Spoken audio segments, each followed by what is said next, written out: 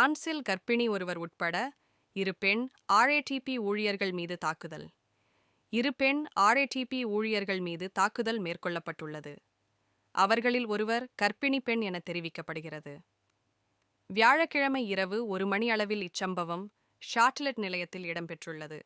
இரு ஆர்ஏடிபி பெண் ஊழியர்கள் கடமையில் ஈடுபட்டிருந்த போது அவர்களை நெருங்கிய நபர் ஒருவர் அவர்கள் இருவரையும் தாக்கியுள்ளார்.